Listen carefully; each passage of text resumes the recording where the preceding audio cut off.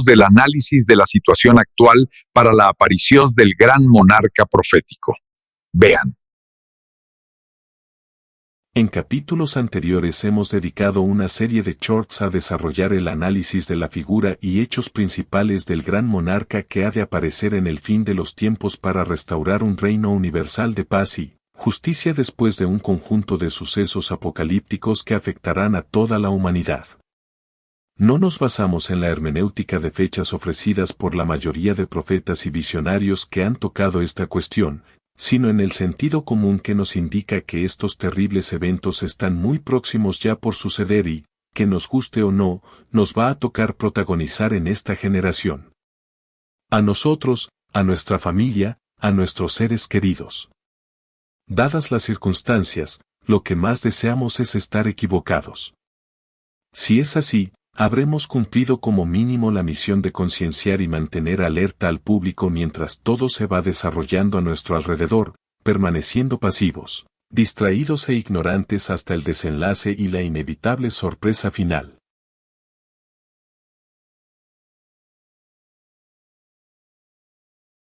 Se ha de tener en cuenta que estas profecías poseen un trasfondo católico. Según el Génesis, cuando Dios creó al ser humano en el paraíso, le prohibió comer del árbol del bien y del mal. Ignorando esta advertencia, y seducido por la antigua serpiente, Adán y Eva cometieron el pecado original que condenó a toda la humanidad.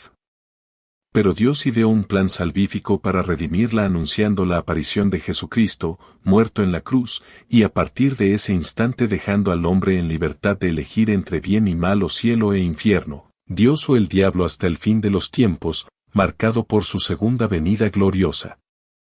En espera de ello, la Biblia anuncia también la asistencia de una mujer que combatirá al diablo hasta su derrota definitiva, dejándole no obstante 1000 años de libertad de acción casi absoluta para tentar al hombre. Esa mujer que combate a Satanás es la Madre de Jesucristo, la Virgen María, ser sin mácula y Madre de Dios, que intercede por el ser humano gracias a su sagrado corazón, unido a Dios. Conociendo este hecho, el diablo la teme y ha operado un plan para asegurar su victoria, consistente en captar el mayor número de almas condenadas al infierno.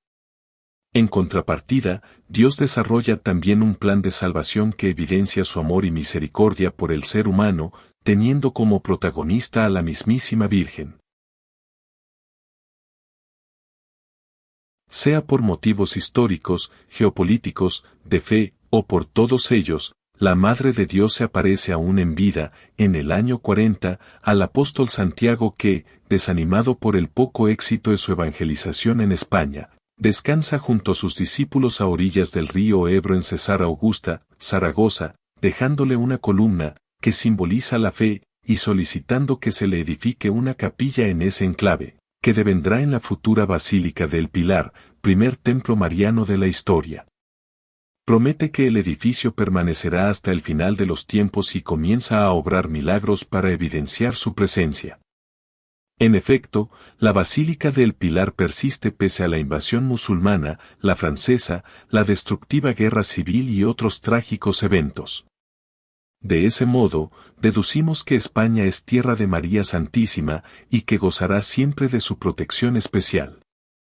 A su vez, la predicación de Santiago devendrá en el célebre camino de peregrinación que lleva su nombre, con su meta en Compostela, Galicia, deviniendo en una importante senda de intercambio cultural, histórica, política y económica mientras el apóstol se erige en patrón de España y líder espiritual de la Reconquista. Podemos contabilizar más de 100 apariciones marianas en España desde el siglo I hasta nuestros días, indicando efectivamente que nuestro país es tierra de María Santísima y que goza de su sagrada protección.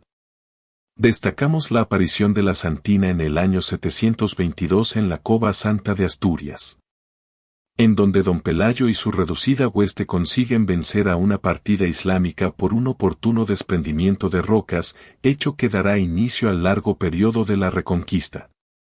Destaquemos asimismo el milagro de la Virgen de Tentudia en Badajoz, concedido cuando el gran maestre de la Orden de Santiago, Pelayo Pérez Correa, para evitar que los musulmanes se reorganizasen de noche, Solicita a Nuestra Señora que alarguase el día tal como Dios detuvo el sol favoreciendo a Josué en su conquista de la tierra prometida.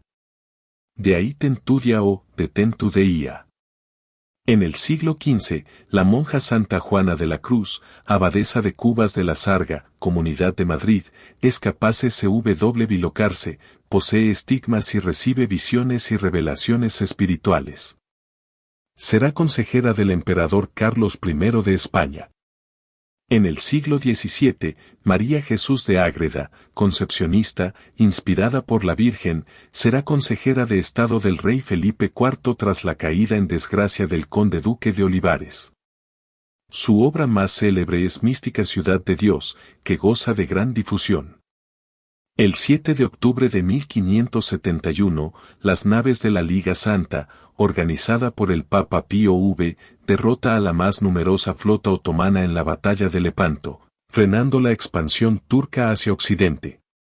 La Santísima Virgen parece sugerir al joven Juan de Austria como almirante y le aconseja atacar asegurándole la victoria.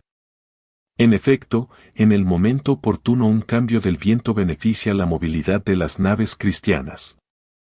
El Santo Cristo de Lepanto, alojado inicialmente en la galera real de Don Juan de Austria y conservado en la Catedral de Barcelona, atestigua la intervención milagrosa al aparecer desviado para evitar la colisión con una bala de cañón.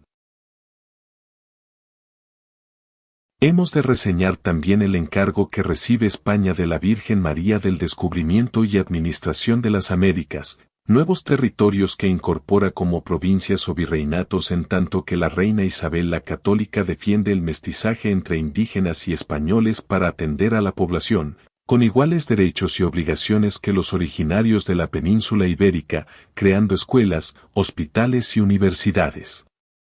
Una empresa civilizadora que no llevará a cabo ningún otro país del mundo, católico o no.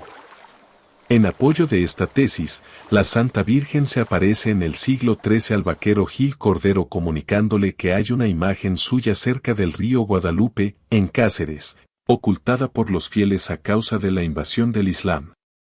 Por el apoyo que esta imagen presta al rey Alfonso XI en la batalla de El Salado, 1340, en agradecimiento, ordena edificar el Real Monasterio de la Virgen de Guadalupe. Gran devota de esta Virgen, Isabel la Católica recibirá en este edificio a Cristóbal Colón, y el almirante Andrea Doria llevará su estandarte en la batalla de Lepanto. Por mediación del Papa Pío XI se proclama a la Virgen de Guadalupe en 1928 como Reina de las Españas. Numerosos expedicionarios extremeños se llevan su culto a las Américas, como Hernán Cortés, y difunden su devoción en esos territorios. A finales de 1531 la Santísima Virgen se aparece en el Cerro del Tepeyac, en México, al chichimeca Juan Diego y estampa su imagen en la tilma de este, dándose a conocer como la siempre Santa Virgen de Guadalupe, aunando así a las vírgenes de las dos Españas, la peninsular y la del Nuevo Mundo. Estudios antropológicos recientes sobre la imagen revelan a una hermosa mujer mestiza, fruto de la unión de español e indígena, conformando el modelo de civilización hispánica que desea la Virgen. En 1945 el Papa Pío XII la otorgó el título de Emperatriz de las Américas.